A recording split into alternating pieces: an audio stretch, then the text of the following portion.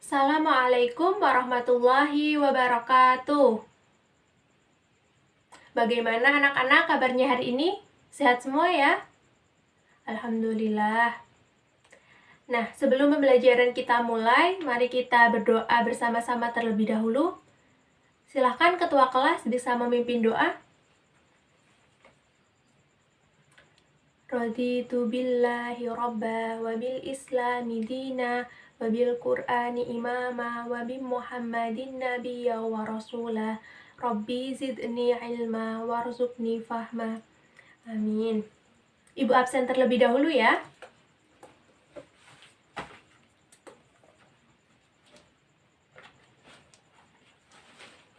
Sekarang tanggal 25.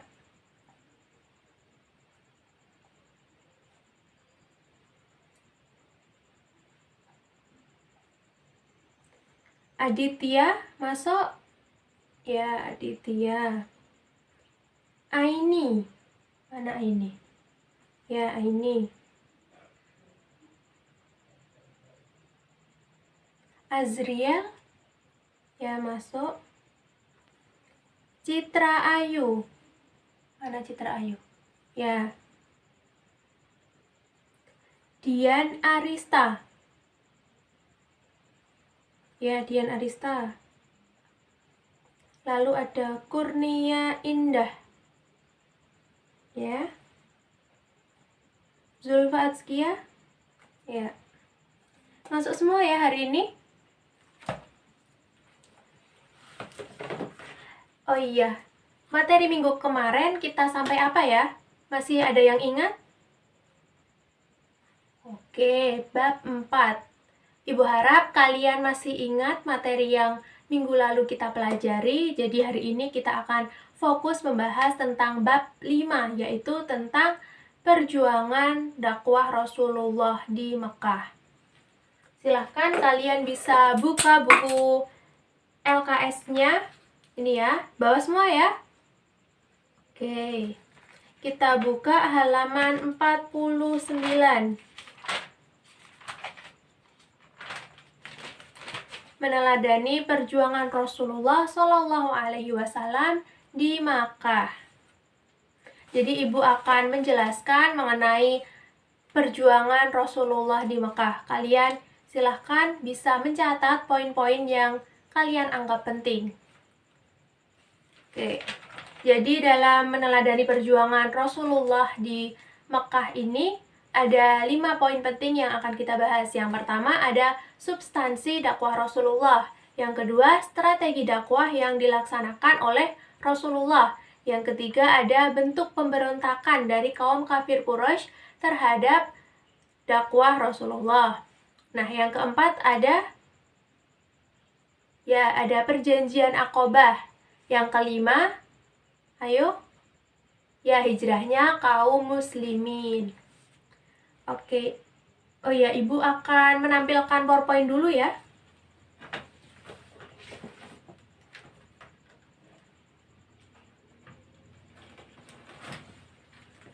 Sudah terlihat ya di layar? Oke, tentang materi pada bab 5 atau perjuangan Rasulullah di Mekah ini kita akan membahas tentang 5 subbab.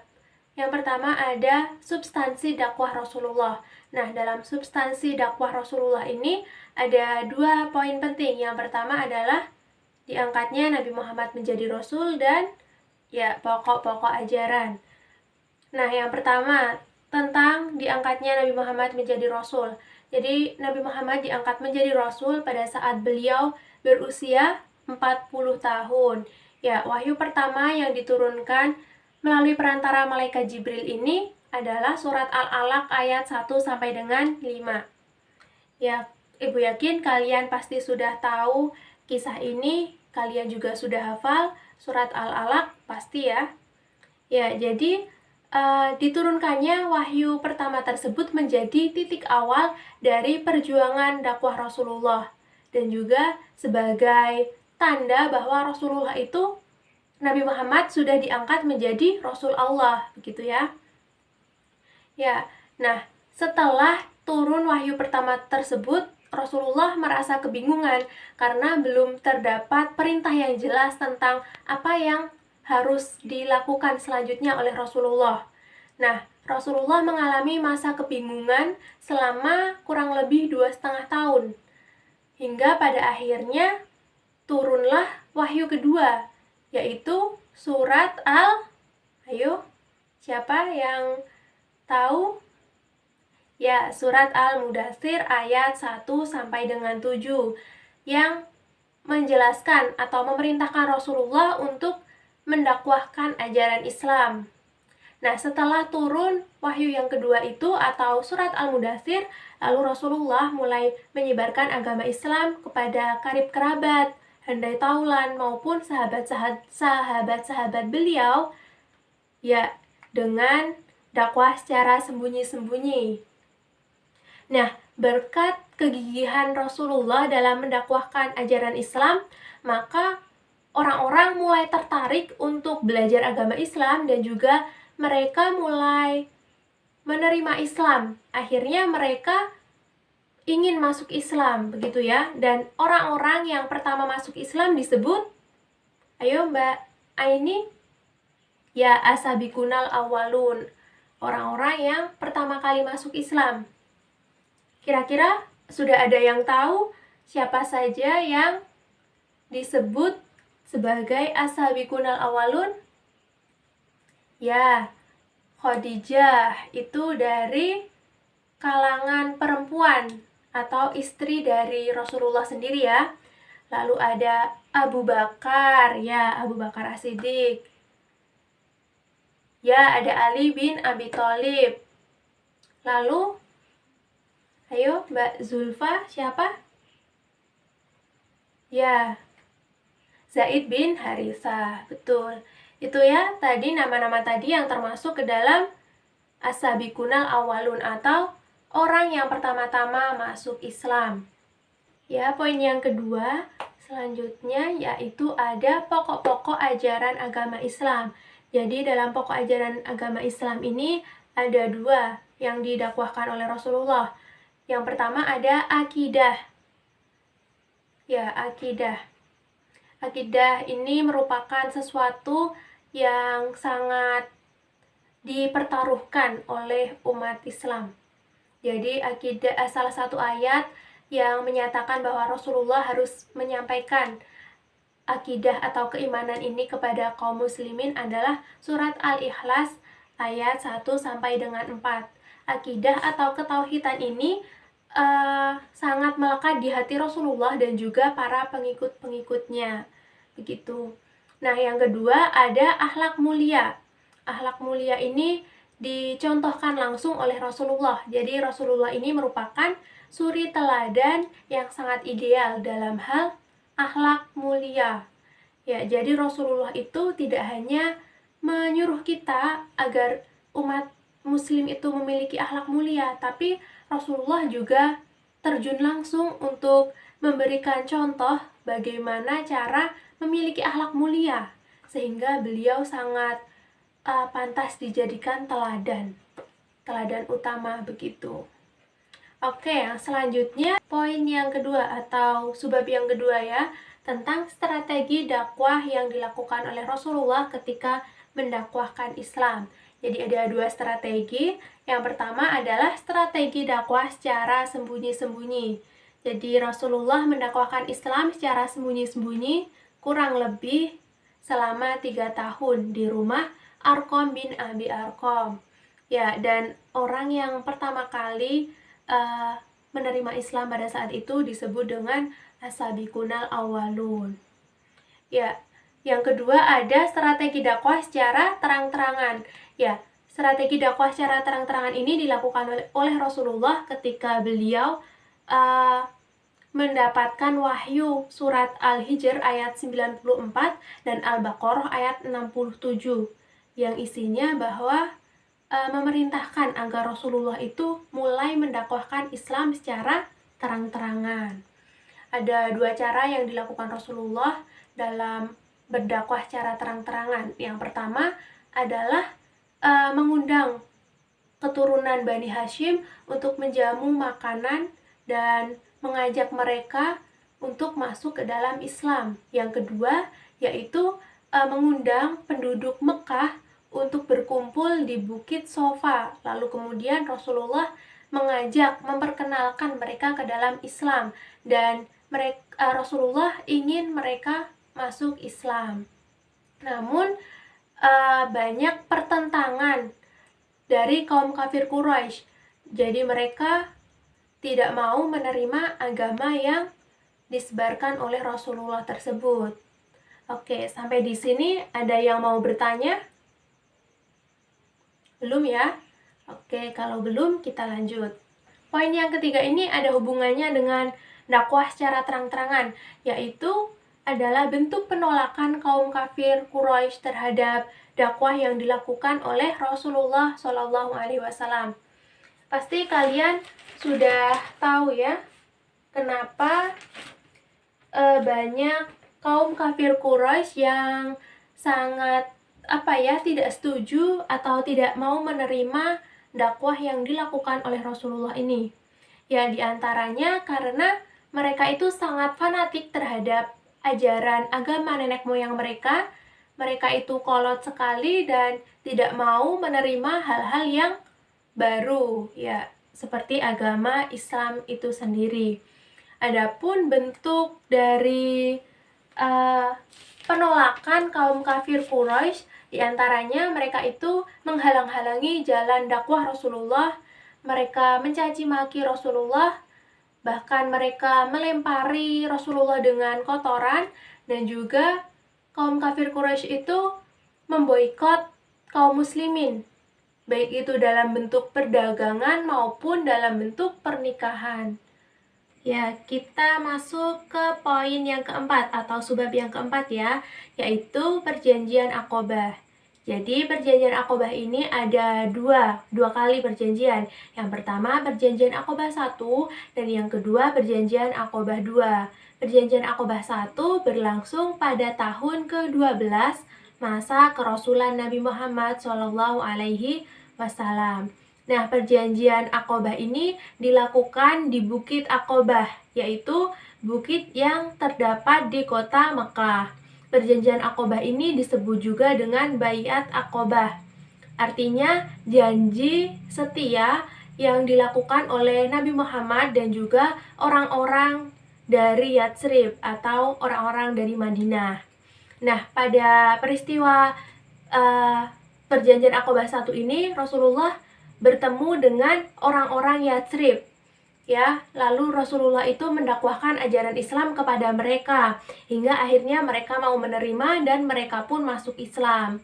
Kemudian mereka berikrar kepada Nabi Muhammad bahwa mereka akan setia kepada Nabi Muhammad, mereka tidak akan menyekutukan Allah, mereka akan selalu memperjuangkan agama Islam, mereka tidak akan mencuri, mereka tidak akan berbohong, dan mereka akan berbuat kebaikan. Nah, setelah orang-orang Yatsrib tersebut masuk Islam, akhirnya mereka pun kembali ke kota asal mereka, yaitu kota Yatsrib atau kota Madinah. Dan Rasulullah memerintahkan Mus'ab bin Umair untuk mendakwahkan agama Islam di sana.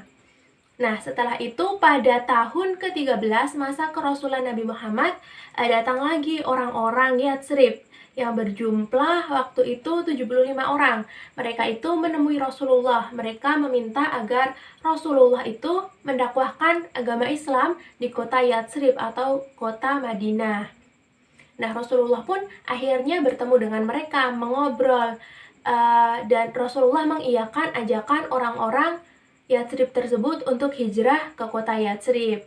Nah, kemudian Rasulullah bersama dengan orang Yatsrib yang berjumlah 75 ini mengadakan ikrar atau perjanjian yang isinya bahwa mereka akan setia kepada Rasulullah, mereka akan senantiasa menjunjung tinggi agama Islam, mereka akan memperjuangkan agama Islam, mereka akan tunduk kepada Allah, kepada Rasulnya, dan mereka juga akan menerima konsekuensi jika mereka itu nantinya menghadapi musuh, begitu. Nah, Dengan adanya perjanjian atau ikrar tersebut, kemudian Rasulullah meminta kaum muslimin untuk berhijrah ke kota Yatsrib atau ke kota Madinah. Nah, begitu ya. Sekarang kita lanjut ke poin atau subbab yang kelima, yaitu hijrahnya kaum muslimin atau peristiwa hijrahnya kaum muslimin. Nah, kaum muslimin itu hijrah sebanyak 2 kali. Yang pertama, hijrahnya kaum muslimin ke Habsyi dan hijrahnya kaum muslimin ke Yatsrib atau Madinah. Nah, kaum muslimin itu hijrah ke Yatsrib atas perintah dari Rasulullah, karena Rasulullah merasa bahwa kaum kafir Quraisy semakin memberontak, semakin melakukan kekerasan kepada kaum muslimin. Akhirnya Rasulullah meminta agar kaum muslimin itu hijrah ke Habsyi. Nah, waktu itu sebanyak 12 orang melakukan perjalanan hijrah secara sembunyi-sembunyi ke kota Habsyi. Mereka kemudian sampai di Habsyi, diterima baik oleh Raja Najasyi, ya, raja kota Habsyi pada saat itu, dan mereka menetap di sana berbulan-bulan. Nah, ketika mereka mendengar bahwa kota Mekah sudah aman, lalu mereka kembali ke kota Mekah. Tapi yang terjadi adalah mereka mendapatkan kekerasan yang melebihi kekerasan yang pernah mereka dapatkan. Dan akhirnya mereka pun kembali lagi hijrah ke kota Habsyi. Hijrah yang kedua ini dilaksanakan atau diikuti oleh sejumlah 80 orang. Jadi 80 orang tersebut ikut hijrah kembali ke kota Habsyi. Begitu. Nah, hijrah yang kedua ini bertahan sampai dengan Rasulullah hijrah ke kota Madinah. Yang kedua yaitu hijrahnya kaum muslimin ke Madinah. Nah, setelah perjanjian Aqobah 2 tadi dilaksanakan, Rasulullah pun akhirnya memerintahkan kaum muslimin untuk berhijrah ke kota Madinah. Sebanyak 150 orang kemudian melakukan hijrah ke Madinah. Namun Rasulullah dan Ali juga Abu Bakar tetap berada di Mekah, tetap bertahan di Mekah. Sampai pada akhirnya Rasulullah mendengar berita bahwa Rasulullah itu akan dibunuh oleh kaum kafir Quraisy. Nah, Rasulullah pun mulai bimbang dan akhirnya Rasulullah berhijrah ditemani oleh Abu Bakar ke kota Madinah. Nah, sesampainya Rasulullah di kota Madinah, mereka atau Rasulullah dengan Abu Bakar itu bermalam selama beberapa hari di rumah Ummu Kalsum. Nah, di sana, di desa Kuba tersebut, Rasulullah juga mendirikan masjid pertama. Hayo, apa masjid pertama yang didirikan oleh Rasulullah? Apa? Ya, benar. Yaitu Masjid Kuba. Dan Rasulullah juga melanjutkan perjalanan hingga sampailah Rasulullah beserta Abu Bakar di kota Madinah. Di kota Madinah tersebut, Rasulullah disambut baik oleh orang-orang Madinah pada saat itu. Jadi orang-orang Madinah itu sangat cinta kepada Rasulullah hingga mereka antusias, mereka sangat bahagia ketika Rasulullah sampai di kota Madinah. Nah, itu tadi 5 subbab yang kita pelajari dari perjuangan Rasulullah di Mekah. Apakah ada yang ingin ditanyakan? Tidak ada? Cukup jelas ya materi yang kita pelajari hari ini. Nah, untuk evaluasi hari ini, Ibu minta kalian mengerjakan soal yang sudah Ibu tulis di PowerPoint ya. Silahkan kalian bisa menuliskan dan kalian bisa mengumpulkannya minggu depan, pertemuan yang akan datang. Oke, karena sudah paham semuanya, tidak ada pertanyaan lagi kan? Ya, tidak ada. Jadi Ibu rasa materi kali ini kita cukupkan sekian. Kita akhiri pembelajaran kali ini dengan membaca hamdalah bersama. Alhamdulillahirabbil alamin. Sekian, mohon maaf apabila Ibu dalam menjelaskan terdapat banyak kesalahan. Wassalamualaikum warahmatullahi wabarakatuh.